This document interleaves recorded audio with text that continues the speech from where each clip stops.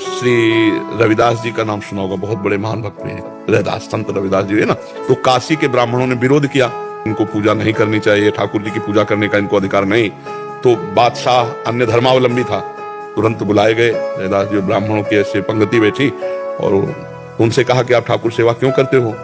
उनका हमारे ठाकुर वो करवाना चाहते इसलिए ठाकुर सेवा करते हैं। तो ब्राह्मणों ने कहा तुम मतलब शास्त्र विरुद्ध तुम आचरण करते हो और राज्य में बहुत बड़ा अनर्थ हो जाएगा। तो वो अपने भाषा से समझाया। तो उन्होंने कहा हमारे ठाकुर जी जब चाहते हैं तो हम ठाकुर सेवा करते हैं, अगर वो मना कर दें तो मैं कभी सेवा ना करूं। बोले अब उनकी नजर में तो विग्रह हैं, तो ठाकुर जी कैसे? तो बोले तुम्हारी बात समझ में कैसे आएगी कि तुम्हारे लिए ठाकुर जी राजी है सेवा के लिए?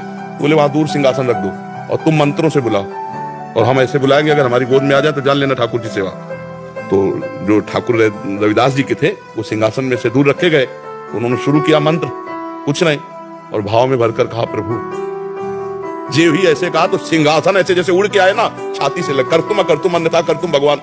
तो ब्राह्मणों ने फिर बात रखी कि ये इनके ठाकुर ने कुछ जादू टोना किए होंगे, हम अपने ठाकुर लाते हैं। तो अपने ठाकुर लाए और मंत्र बादशाह के सामने, पर फिर जे ही ऐसे भाव में किया ठाकुर महान संत मन चंगा उन्हीं का सूत्र है। तो कठौती में सबरी जी के पास भगवान गए, सबरी जी की स्तुति की और वहां भगवान ने अपने श्रीमुख से कहा जाति पाति कुल कर्म धर्म का इसका में कोई संबंध नहीं, मानो एक